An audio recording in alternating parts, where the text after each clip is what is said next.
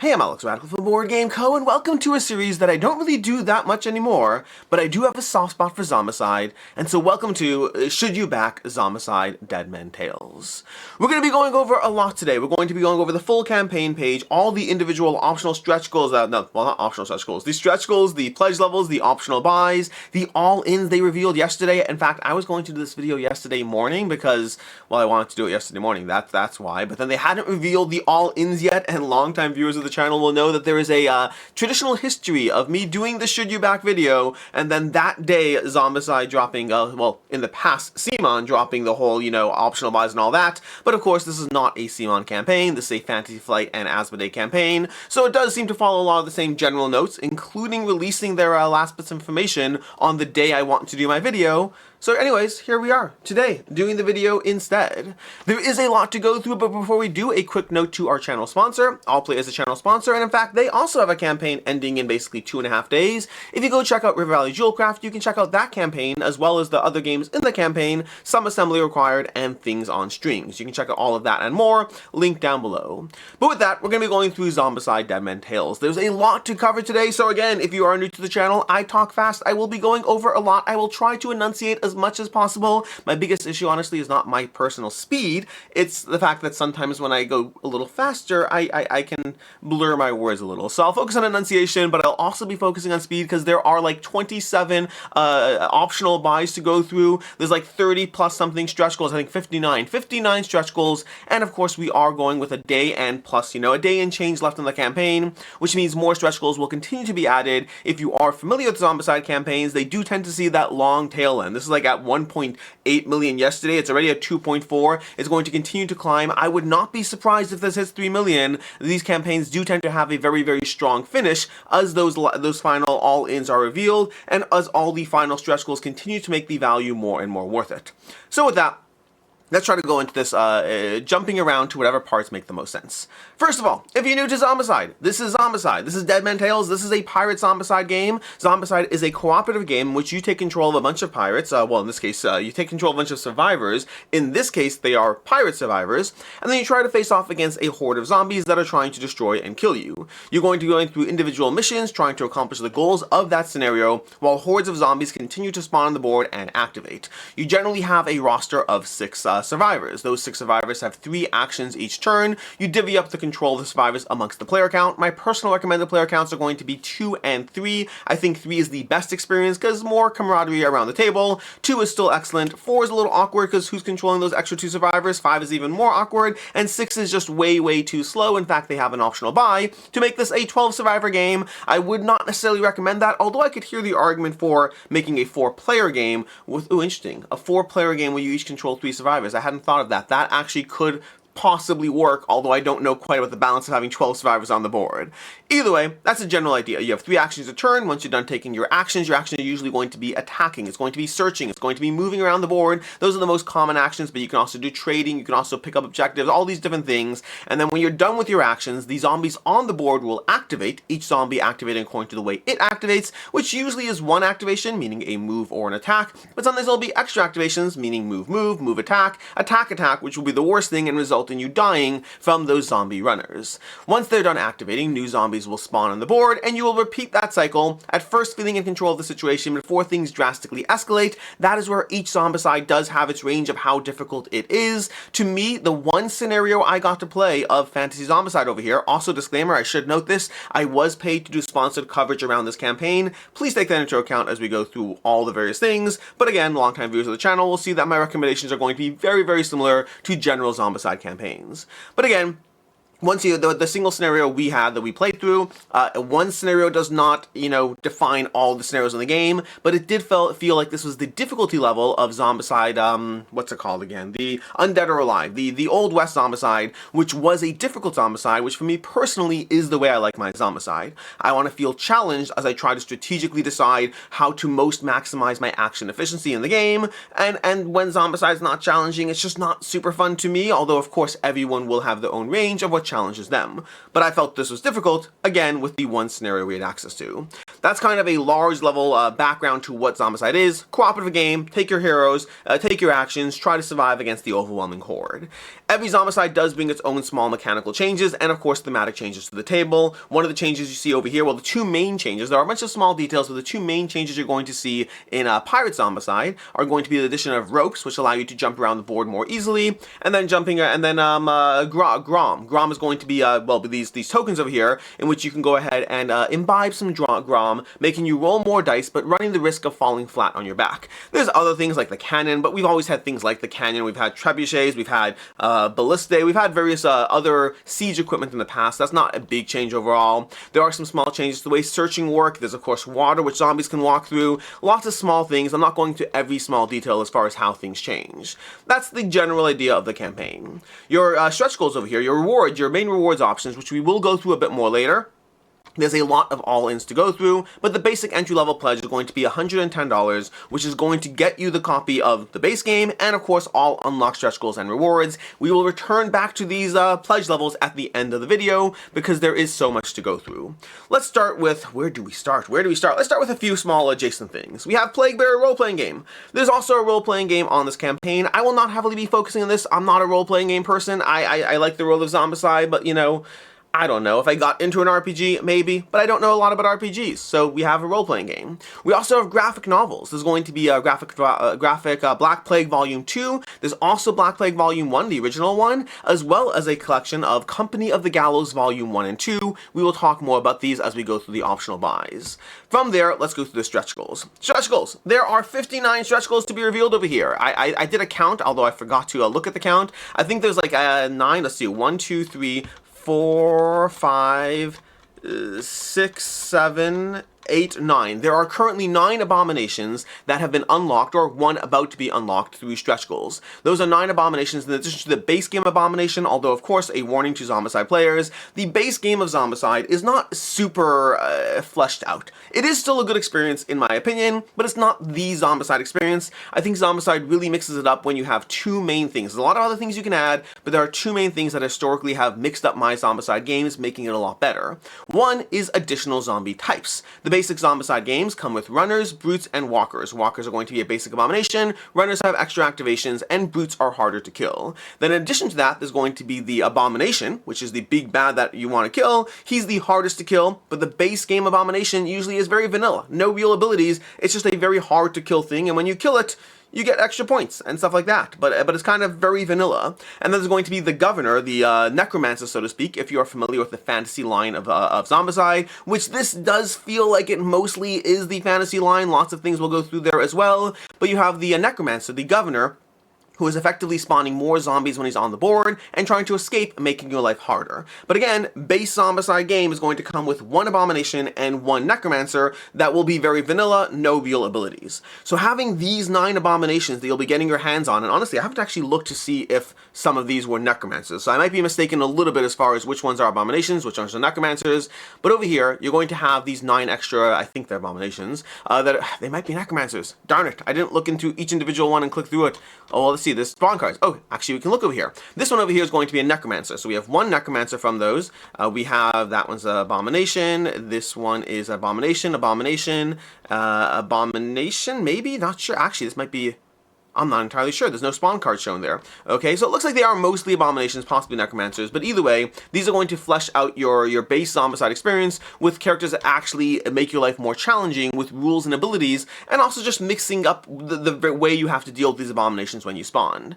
There's currently around 35 survivors. Those are going to be extra characters, giving you your own combination of abilities, sometimes their own unique abilities that are going to give you different ways to, well, first of all, different sculpts, if for those of you who like to paint and like to have different sculpts on the board, but also different combinations of abilities and characters, and even classes or their races, each with their race attribute and all that. Those are going to be additional things amongst these 59 stretch goals. Then there's going to be the crew flags. The crew flags are basically this idea that you create these rosters of characters, and if you have these rosters of characters, you benefit from these extra abilities you can utilize by having those characters on the board. Each round drawing a new ability card that's going to be utilized if you use specific combinations of characters. This is a system that, especially if you've played Marvel United, you've seen that system in the past. Different game, obviously, but you know, same general idea. But overall, they're going to be classes of characters that you get rewarded for playing as a group. In fact, past Zombicides have had this as well. I think Zombicide Invader might have been the first one that introduced this general system, although this one seems to be done a bit differently. Then there's additional spawn cards. We have special zombie cards over here, as well as the first stretch goal over here, these special zombie cards down here. These are going to allow you to include other zombies from your past games. This first stretch goal, and again, they're both going to be combined, you get both of these, but the first one allows you to introduce characters from the fantasy Zombicides, Black Death, Green Horde, and Black Plague, Green Horde, and White Death. You're going to be able to introduce zombies from those characters into your game through these classic special zombie cards. So if you're like, oh no, there's not enough zombie variety, this is allowing you to utilize your past zombie variety, assuming you're willing to go dumpster diving into your past boxes, or I guess go on eBay and start buying up special additional sets, which I'm sure probably are new Zombicide players already doing that. And then you have the guest walkers over here. These are going to be the daily walkers, where you can basically, previous Zombicides also had the idea of daily walkers, these unique spawns for unique sculpts that you can go ahead and incorporate into your game, and the special zombie cards allow you to do that as well. Personally speaking, as a longtime Zombicide fan, I have never liked the daily walkers. I like having 5 or 6 zombie variety types on the board. I hate having individual sculpts that have their own unique rule that I have to memorize, and more importantly than memorizing, being able to see that one unique zombie amongst all the other zombies. I have never liked the daily walker concept in Zombicide. I love having different types of zombies as a group, as a full class. Speaking of which, the other thing you're going to get is you're going to get ghost runners and ghost walkers. These are going to be basically harder to kill walkers or runners that are going to both move through walls and also require magic to eliminate. So you have extra of these being added into your game, so you now have an additional zombie type in your base game just through the stretch goals alone. That's going to be the stretch goals you're going to be having added to your game. More abominations, necromancers, zombie types, more spawn cards to incorporate past Zombicides, and a few other things, those daily, the crew flags, and I think that covers everything that's been released so far, although, in terms of stretch goals, not in terms of optional buys, although, like I said, the last day and a half of this campaign, not even accounting for endgame. Endgame is going to potentially last who knows how long. Could be a few hours, could be several days, could be a week, but that's going to be even more things that are going to be added. This video obviously only takes you up to what has been released so far. Which brings you to optional buys. There are a ton of optional buys to go through. We will attempt to be, well, Reefer. Oh my gosh, what are you doing? Sorry, I have a cat up there. In fact, maybe I'll pivot. You can probably see, where's the cat? There's the cat, up there. Yep, okay. Yep, go ahead, she's scrabbling. Oh my gosh, she's behind the dune. Can you see that? There's a tail up there. She's trying to get behind. That is way too, there's nothing up there. What are you doing? Do I need to rescue my cat? Am I rescuing my cat on camera? Give me a second here. Let's see if she gets out by herself. Sorry for the interlude. I just need to make, okay, cool. Cool. She's fine. Back to me over here. Anyways, with that little interlude aside, let's go ahead and go through the optional buys. Optional buys. There are a lot to go through over here. We are again going to be attempting to go through the easier. We're going to go through the non-gameplay ones first to get those out of the way. So first of all, for $25, there are plastic tokens. These are just upgraded quality of life in terms of both the token quality from punchboard to plastic, but also all the various other things. The coffins and the treasure chests and the cannons are going to have 3D sculpts, which are cool. I do think that's interesting they put those all together because some of those, like the 3D sculpts, are cooler. The plastic tokens are nice. I do think in general, Zombicide in the past has had good quality plastic tokens. But obviously the big 3D sculpts are going to be the bigger draw there, but $25 doesn't seem too unreasonable for all of that. We have skull dice. These are very cool, although I will say having the face count as 2 instead of 3, because there's that nose in the middle, that's going to throw people off. You have 1 on the base of the skull, you have, as you can see on the sides, you have the actual pips, just with more like, cracked faces on that, and then the face is 2 instead of 3. That is, again, a choice. It's a choice. It's not a crazy choice, but it's certainly a choice. The skull dice are cool, I will say that. We have Grom bottle dice. These are going to be Grom. Whenever you imbibe Grom in the game, you're going to be rolling extra Grom dice, and if you roll 1s, you'll fall flat on your back and lose the Grom. Over here, you have tokens or dice in order to be more thematic to the Grom that you're having in the game. We have black and gold dice. Again, nice. I've never liked the 2 symbols for this, like the zombie face and the torch. I've never liked that. I'm here for the Grom dice as well as the skull dice. The black and gold dice, yeah, they're not the worst. They're not the worst. We have fantasy compatible dashboards over here. This gives you a compatibility pack with your previous Zombicides, giving you the dashboards that will make them more aligned with those sets, as well as spawn sleeve cards and spawn cards and replacement skill cards to make make everything compatible between prior Zombicides and this if you want to utilize more of your components. Then we have extra player dashboards. This is the thing, like I said already, brings you to 12 survivors on the board, which again, for a 4-player count, at least means you're having 3 zombies apiece. 6-player count, I just don't know if I'd recommend that, but if you really want to, at least you have 2 survivors apiece, which lets you do more, but the ratio is still the same. The ratio of downtime is still the same. It doesn't solve that problem. At best, to me, this is a solution for a 4-player game, but that assumes everything is balanced around it, and I just don't know if that will be. But maybe it will be. Hey, listen, for $25, I mean, it's $25. That is the price of a small game. So, like, you decide what you want over there. Then we have extra tiles. This is exactly what it sounds like. These are more tiles that already exist. This helps you build fun little deadly scenarios of your own. This is not anything that has any gameplay attached to it, but it allows you to make more gameplay attached to it if you want to make larger epic boards, or I guess if you're trying to play those epic journeys with 12 survivors. Maybe, hey, listen, no one said Zombicide can't be an 8-hour game day. No one said it can't, and between the extra tiles and the 12 survivors, you can have your own little rules that make it so. Then we have extra pirate zombies over here, extra pirate ghosts. These are more of the walkers. To be clear, everything you see here in this particular add-on is already included in the stretch goals. It's for those of you who want more of it, which the tricky part there is that changes the nature of, whenever you buy extra walkers for Zombicide, it changes the nature of the game because there's rules for when you run out of walkers. So it changes the whole balance when you add more of a Zombicide type. I'm not of a zombie type. I'm not saying don't do it. It always is case by case. I have done it in the past when I felt like the count was too low, like there were only 6 of a type, then I wanted to have 12. That changes. I mean, but again, you are changing the very nature of the balance in the game when you do this. Then we have here art sleeves. Art sleeves are, sleeves for your various spawn cards. If you want those for $10, you can go ahead and unify your decks with these sleeve types, and then we also have the same for the spawn card art sleeves in case you want those. Then we have over here, the going into the comic books over here, we have Company of the Gallows, Volume 1 and 2. This brings you 2 graphic novels in the world, as well as gameplay content, although again, keep in mind, you're paying $60, and you're not getting a ton of gameplay content, so this kind of depends on what do you want those comics, or do you just need every single piece of gameplay content? Possibly, that's a decision for you. But we have over here 8 survivors added to the game, and then in addition to 8 survivors, and we have an Abomination, we have 2 necromancers. That's going to nicely round out your necromancer roster over there, and we do have 8 survivor ID cards and 2 necromancer cards, adding all of this to your game so that you can play with more content. That's basically it, and you can click here to read a sample. But again, the Necromancer's part, that's the main area where adding that Necromancer variety combined with the Abomination variety. The Hero variety, listen, I like Zombicide as much as the next person. That's not true. I like Zombicide more than the next person. I do think that the amount of survivors you have, once you get all the stuff, I don't think the survivors here are the main draw. I think the Abomination and the Necromancer are the main draw, but again, that's $60 for the main draw, so you have to kind of want a little bit of everything for this to be worth it, or just have enough money that you don't care about the $60. Then we have the Black Plague over here. Black Plague Core Comics Volume 1. This is allowing you to get content that was previously available if you missed out on it. So you may already have this. Just be mindful before you select those all-ins that some of the content here is stuff that you previously might have already gotten or have. So you have Abominations, Necromancer, and then the cards to make them compatible to 12 for Dead Men Tales, 12 for Black Plague, Green Horde, White Death, all of that, and we'll come back to this in a second because this is Black Plague Volume 1. We have another cat meowing at me. What do you want? These cats are... Calcifer, what do you want? I'm not letting you... I'm doing a video. You gotta wait a few minutes.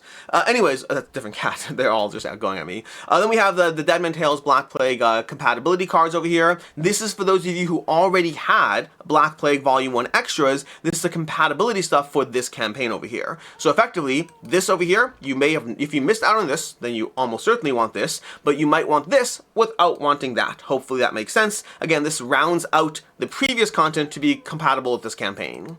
Then we have over here, we have Black Plague Volume 2 over here. This is new content over here, which is giving you less characters in the game, but we have 3 survivors, 1 Abomination, and then cards for both the Fantasy Zombicide in the past, as well as, of course, Dead Men Tales, and that's going to be for $35, for $30. Then we have for $35, we have the Plaguebearer Character Miniature Pack over here. This is representing the role-playing characters, giving you a bunch of cool characters. By the way, I'm not heavily focusing on all the various characters for obvious reasons. There are way too many to go through while making this video a reasonable length, but you have all the various characters. You have 4 Necromancers, you have 3 Abominations. This is a good amount. Again, look at the price point of what you're paying over here. $35 for that much extra content, both in terms of characters, necromancers, and abominations. So again, if you are trying to be mindful with your money, there are ways to get more or less value while not getting everything. I do, of course, understand the appeal of getting everything. I very much want everything, but just like, hey, sometimes you can't get everything, and this is a good amount of content for $35. You have character cards and all those things for both games. Again, Fantasy Zombicide as well as Dead Men Tales. So you get all of that compatible over there, which of course means some of you might buy 2 of it, because I don't know about you, I hate going through various boxes to try to mix things. Although I can understand having a specific, this is what I can understand doing, okay? I can understand having my Fantasy Zombicide stuff, my Dead Men Tales stuff, and then a box with everything that's compatible with both that I pull out whenever I'm playing one or the other. That I can get behind a little bit. Anyways, new survivors over here. I did particularly like the spellcaster. We have Phyllis over here as a spellcaster. I thought this was interesting, holding a little wand. I don't know if this is supposed to be a particular Harry Potter character. Like, it's not Hermione. I'm not getting Hermione vibes. I don't know. Maybe it's something from the role-playing set. It just looks like a very... This does not look exactly what I would have expected over here. But either way, that's what we have for this. And then we have, moving on, we have going into, I guess we already started moving into the stuff. So we moved out of Comics Volume 2, I didn't even realize, into the character pack. This is the first character pack that we're seeing. There are going to be a few of these character or additional contents over here. So we have the Orc Reefreavers pack. For $35, this brings a bunch of orcs to your table. Orcs are going to be these characters that have a new twist to the orcs. They are either going to be faster or they're going to be stronger. Basically, every round, you have a few things. You have your character, your zombie brutes, your zombie runners, and your zombie walkers, all in orc variety. Every round you're going to be rolling a die, and depending on the result of that roll, you're either going to be in rage or defense. In defense is going to be harder to kill. You'll be rolling less dice to attack them. In rage, they're going to take an extra action each round, and so you have to kind of try to figure out, am I trying to attack them while they can really kill me if I fail, or am I trying to attack them when they're a little, harder to kill, but at least if they fail, they're not taking extra activations. And of course, how you're going to determine how fast it's going to change on you. So it does provide an extra level of tension as far as how you set yourselves up to deal with these orcs. And then, of course, there's an Abomination as well. That's going to be the Orc pack. We have the Orc Clopster, the Encrusted Abomination. And new survivors. 4 new survivors as well. All of that in this pack. Then we have over here, and by the way, the Orc pack and the Goblin pack both come with the class cards, the character flags or whatever, that let you to play as a set.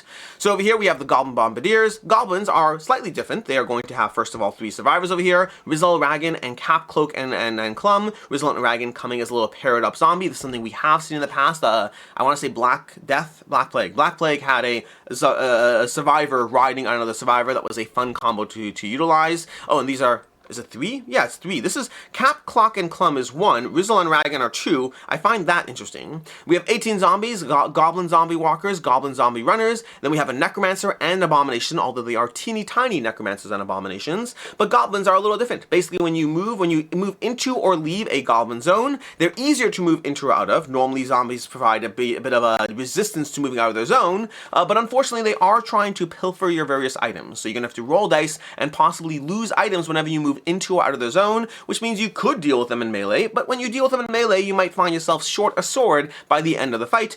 Range, on the other hand, is going to be possibly a little safer between cannons, magic, and ranged weapons. Might let you deal with them without running the risk of, losing stuff. Then we have over here, we have the Abomination Pack. If you get 1 optional buy, this is going to be 1. Again, even with the 9 Necromancers and Abominations that are in the stretch goals, I still think rounding out your Abominations is a very solid way to go. Although again, $37 is going to get you a Necromancer and 3 Abominations. Keep in mind, these are cooler sculpts, they're bigger sculpts, but $37 for 4. Again, if you're looking for bang for your buck, that Plaguebearer set is $35, and alone is going to give you 7 Abominations and Necromancers. It does matter whether you're looking for the table presence, because there's more table presence on these particular Abominations. But we have the Tide Witch, as well as Wretchmaw, White Dread, and the Deadlight, 3 different Abominations, as well as flood tokens that are going to slowly flood the board, removing the functionality of different zones. Those search zones, those rope zones, they won't work when there's flood tokens on the board. But we have these, again, these characters over here. I'll scroll down to the size reference, because honestly, the main appeal of this particular pack is the size reference of these characters compared to others. You're paying for plastic, not for gameplay. That said, paying for plastic sometimes has its purpose over here. Oh no, my screen's not going all the way down. My screen's not going all the way down. How do I fix this? I'd have to whatever. It is what it is. You can see at the bottom as far as where that is. Anyways, we still have 2 more of these optional buys to go through before we go to the actual pledges. We have $38 for the Cursed and the Drowned over here. This is going to give you new zombie types. We have Cursed Walkers, Cursed Brutes, for those keeping track. In addition to being compatible with previous fantasy zombicides and being able to mix and match content, we currently have the base zombicides, we have the ghost zombies, we have the goblin zombies, the orc zombies, and now we have the drowned and the cursed. Okay, so we have 6, I think if I counted that correctly, we have 6 different walkers, runners, and all that of the various types. Drowned walkers basically are harder to kill. When you kill them, they're not quite dead. You have to kill them again to make sure they stay down, or they'll pop up at a moment's notice. And cursed walkers curse you. When they land a blow on you, they're also going to give you a curse token, which is going to have you rolling dice, possibly taking additional wounds unless you spend actions to get rid of them. I'm not quite sure. I like the idea of drowned walkers. I'm not quite sure how I feel about the cursed. It is so integral in Zombicide to not take a blow as much as you possibly can that you're already, like, this just provides an additional incentive, and it's so bad to be rolling a die and getting a wound that, again, it's going to be your first priority to get rid of it. That said, I don't know how it plays out in gameplay, because sometimes the obvious choice seems like, of course, you'll just spend an action to get rid of it, but sometimes in the heat of the moment, you have to make decisions, and sometimes those edge cases will all have consequences. So, hey, I'm still happy to have them. Not quite sure if I feel that they're... I don't know. I feel you just have to kill them. You have to kill all the stuff. You just have to kill these guys more. But hey, we'll see what happens. And we have the Slop Kraken Abomination as well. That's going to be the new content you get in this pack over here. And then lastly, we have the big expansion is going to be Shipwreck Bay. Shipwreck Bay, oh, it provides another zombie type. I forgot about these. Never mind. We have another zombie type. We're up to 7 if you get Shipwreck Bay, of course. You have to get all these things. But Shipwreck Bay, for $60, going to give you 6 survivors, so you have new survivors to the game, 11 zombies, these scum walkers, as well as scum brutes as a crowdfunding exclusive. Those scum walkers and brutes are going to be popping up from the depths of the water, and that's it. They're making life a little harder from where they spawn. We have the scum abomination over here, and then we have a campaign mode. That's the main aspect. So you have the 5 scum brutes, special zombie card, but the main aspect of this expansion is going to be the campaign mode. Again, if you've played Zombicide 2nd Edition, if you've played Undead or Alive, or other ones, I think White Death has a campaign as well, but basically it's going to give you 10 linked missions, I believe it's 10 linked scenarios that give you a degree of progression as you go through them. You can play them as individual one-shots, or you can play them as an actual progressive system, and it's going to have you placing cards onto the board. I like the system, I will say. I primarily played this, I never really played the full Undead or Alive one. I should have. Undead or Alive is a much better system, but I played through a campaign in 2nd Edition, and I liked the concept of the campaigns. My main issue in 2nd Edition was that it's too easy. But you have these overlay cards you're placing onto sections of the board, and you're discovering these cards. It's not just linked scenarios, it changes up the gameplay with these objective cards that I did really enjoy the way that system works in Zombicide. The main question for me is balance, balance, balance. Can they nail that, or is this going to be, well, not balanced, I guess is the alternative of balance, balance, balance.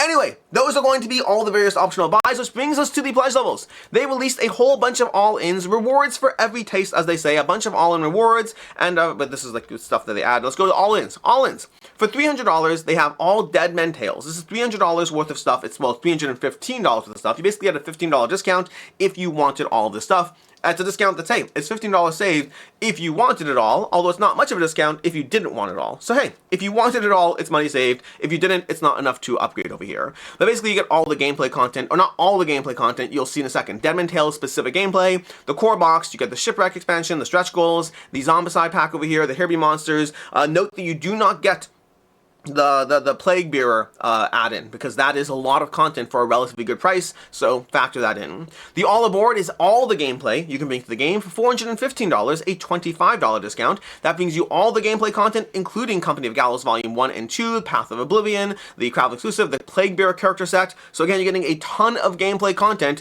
but you are spending, nearly the price of a console. I think consoles have gone up. So 2/3 of the price of a console you're spending to go ahead and get all the gameplay content, but you will have a lot of cool plastic and a lot of gameplay variety. I really hope you either already like Zombicide, or... No, I hope you already like Zombicide. That's a lot of money to spend if you don't know if you like Zombicide yet, I'll say that. Call to Adventure, $460, a $40 discount. This is everything, all the gameplay, but it also includes the RPG. If you're an RPG player, it's not that much extra money for the RPG. If you're not an RPG player, maybe you'll become one. But also, like, you decide. You decide. It's extra money. I'm just telling you the pledge levels are. Then we have the Legendary Treasure, $500 plus the bling accessories for all of the things additionally. So you have all the skull dice, the Grom dice, all of these. Again, the black and gold I didn't feel was that cool. I'd rather get 2 sets of the skull dice rather than having the black and gold, but You do you, decide what's worth it for you.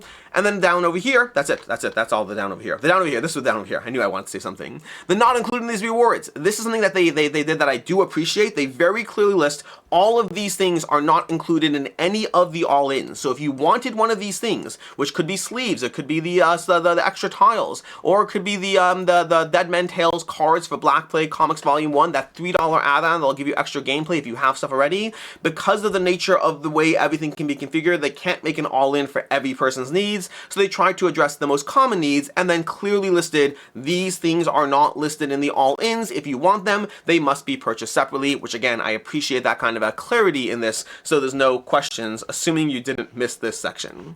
That combined with the various, because we now need to go back to the main page over here, those are the all-ins, and then you have the $110 is going to be the base pledge. So, that brings us 29 minutes into the video. Should you back it? Should you not? What should you do? Again, if you are familiar with these should you back it videos, there's not going to be any main surprise over here. While there are minor changes from traditional Zombicides and the way they're run, this does for the most part feel like a classic Zombicide campaign. And if you look for White Death, even White Death, if you go on eBay right now, still goes for significantly more than what people paid for it. Zombicide in general, despite all of Simon's, again, this is not a Simon campaign, but despite all of Simon's shenanigans, or maybe because of it, Zombicide in general still is a system that generally holds its value. I'm not saying every single time, every single place, but generally speaking, if you back these games, if you have these things, all the extras and all those things, because again, $110 is plus shipping. Shipping is another factor. I didn't cover shipping. Let's go to shipping quickly because I forgot to do that. Shipping is going to run you anywhere, again, depends on where you are, but anywhere from $20 to $60 just for those various pledges, depending on the size of the pledge, and that goes all the way up to hundreds of dollars depending on your location in the world. So you have to factor in all of that.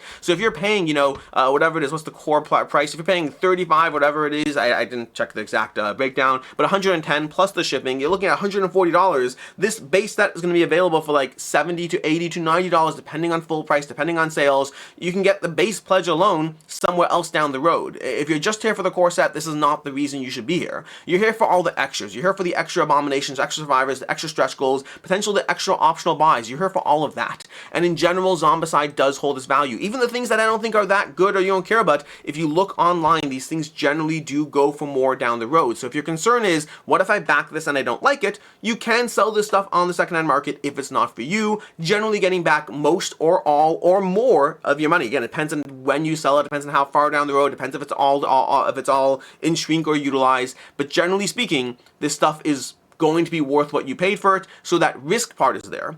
But as always, just because it's worth what you paid for it, if you sell it, you still have to factor in what's worth it for you personally. Many people don't sell their games. Many people like their games. If you like the game, then it's $400 or $600, anywhere in that range, is between 110, let's call it 140 with shipping, between 140 to like $550 is what you're paying, depending on the amount of stuff you got. That's a lot of money for a paperweight. I love the Zombicide system, and Lord knows, Black Death, I have gotten so much value out of Black Death. I have so much. The amount of money I spend for Black Death, the amount of times I've played Black Death, it is not even a comparison. But then also, I went all in on Marvel Zombies because I like the Zombicide system. You know how many times I've played Marvel Zombies?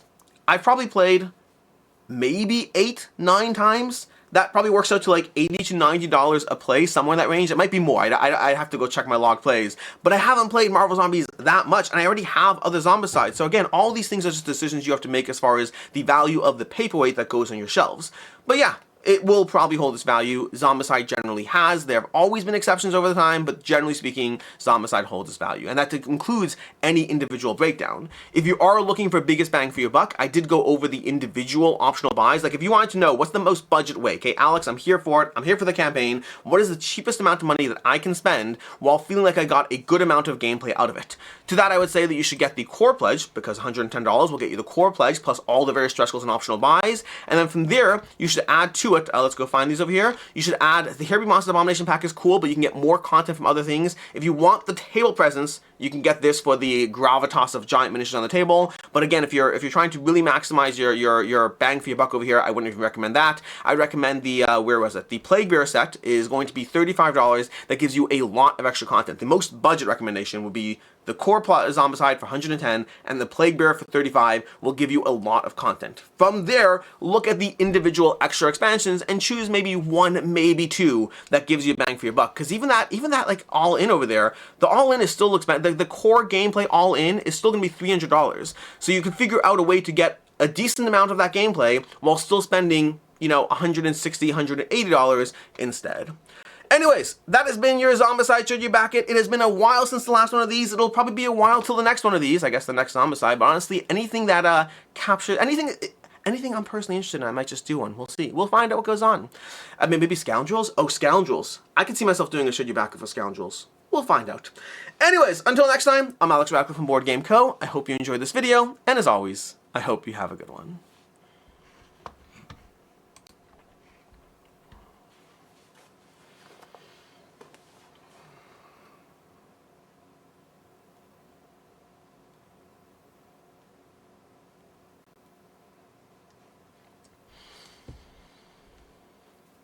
I asked my pirate friend how much his earrings cost, and they replied with, "Arg, a buccaneer!"